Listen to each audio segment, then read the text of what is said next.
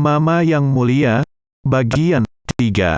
Walaupun diberikan mainan kesukaan sang anak, yang tidak pernah ia peroleh saat bersama ibunya, sang anak menolak. "Saya ingin ibu, saya tidak mau mainan itu," teriak sang anak dengan nada yang polos. Dengan hati sedih dan menangis, sang ibu berkata, "Nak, kamu harus dengar nasihat ibu. Tinggallah di sini, ayah, kakek dan nenek akan bermain bersamamu." "Tidak, aku tidak mau mereka. Saya hanya mau ibu, saya sayang ibu." "Bukankah ibu juga sayang saya? Ibu sekarang tidak mau saya lagi." Sang anak mulai menangis. Bujukan demi bujukan ibunya untuk tinggal di rumah besar tersebut tidak didengarkan anak kecil tersebut. Sang anak menangis terseduh-seduh, "Kalau ibu sayang padaku, bawalah saya pergi, Bu." Sampai pada akhirnya, ibunya memaksa dengan mengatakan, "Benar, ibu tidak sayang kamu lagi. Tinggallah di sini." Ibunya segera lari keluar meninggalkan rumah tersebut. Tampak anaknya meronta-ronta dengan ledakan tangis yang memilukan. Di rumah, sang ibu kembali meratapi nasibnya.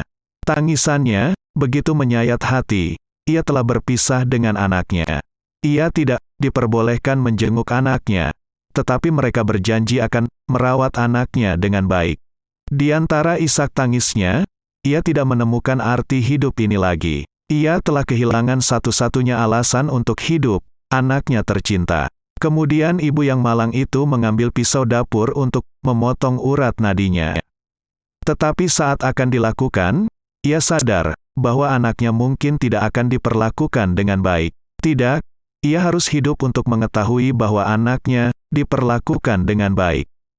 Segera, niat bunuh diri itu dibatalkan demi anaknya juga.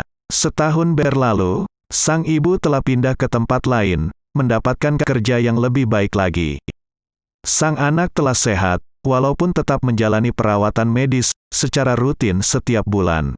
Seperti biasa, sang anak ingat akan hari ulang tahun ibunya. Uang pun dapat ia peroleh dengan mudah, tanpa perlu bersusah payah mengumpulkannya.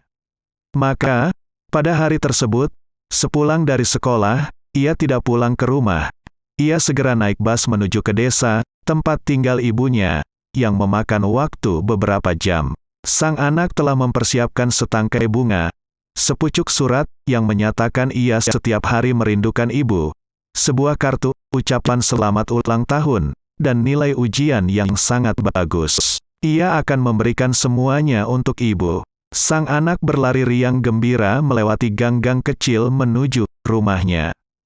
Tetapi ketika sampai di rumah, ia mendapati rumah ini telah kosong. Tetangga mengatakan ibunya telah pindah, dan tidak ada yang tahu kemana ibunya pergi. Sang anak tidak tahu harus berbuat apa.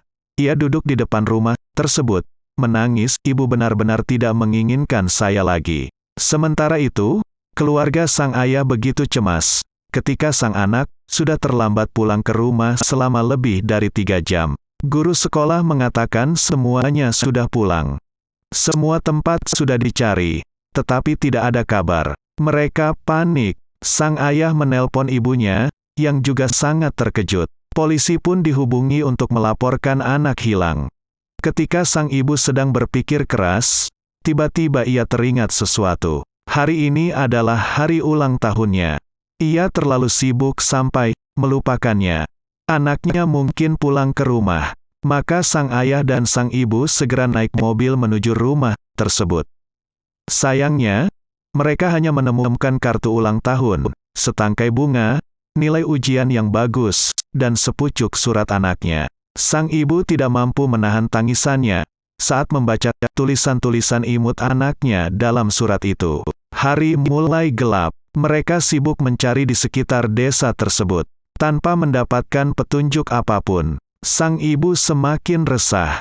Kemudian sang ibu membakar dupa, berlutut di hadapan altar Dewi Kuan Im. Sambil menangis ia memohon agar bisa menemukan anaknya. Seperti mendapat petunjuk, sang ibu tiba-tiba ingat bahwa ia dan anaknya pernah pergi ke sebuah kuil Kuan Im di desa tersebut. Ibunya pernah berkata, bahwa bila kamu memerlukan pertolongan, mohonlah kepada Dewi Kuan Im yang welas asih. Dewi Kuan Im pasti akan menolongmu, jika niat kamu baik. Ibunya memprediksikan bahwa anaknya mungkin pergi ke kuil tersebut untuk memohon agar bisa bertemu dengan dirinya. Benar saja ternyata sang anak berada di sana. Tetapi ia pingsan, demamnya tinggi sekali. Sang ayah segera menggendong anaknya untuk dilarikan ke rumah sakit. Saat menuruni tangga kuil, sang ibu terjatuh dari tangga dan berguling-guling jatuh ke bawah. 10 tahun sudah berlalu. Kini sang anak sudah memasuki bangku kuliah. Ia sering beradu mulut dengan ayah mengenai persoalan ibunya. Sejak jatuh dari tangga, ibunya tidak pernah ditemukan. Sang anak telah banyak menghabiskan uang untuk mencari ibunya kemana-mana, tetapi hasilnya nihil. Siang itu, seperti biasa sehabis kuliah, sang anak berjalan bersama dengan teman wanitanya. Mereka tampak serasi. Saat melaju dengan mobil, di persimpangan sebuah jalan, ia melihat seorang wanita tua yang sedang mengemis. Ibu tersebut terlihat kumuh dan tampak memakai tongkat. Ia tidak pernah melihat wanita itu sebelumnya. Wajahnya kumal, dan ia tampak berkomat kamit. Didorong rasa ingin tahu, ia menghentikan mobilnya dan turun bersama pacar untuk menghampiri pengemis tua itu. Ternyata sang pengemis tua sambil mengacungkan kaleng kosong untuk minta sedekah. Ia berucap dengan lemah, "Di manakah anakku? Apakah kalian melihat anakku?" Sang anak merasa mengenal wanita tua itu. Tanpa disadari, ia segera menyanyikan lagu Si Sang Ciu Mama Hau dengan suara perlahan.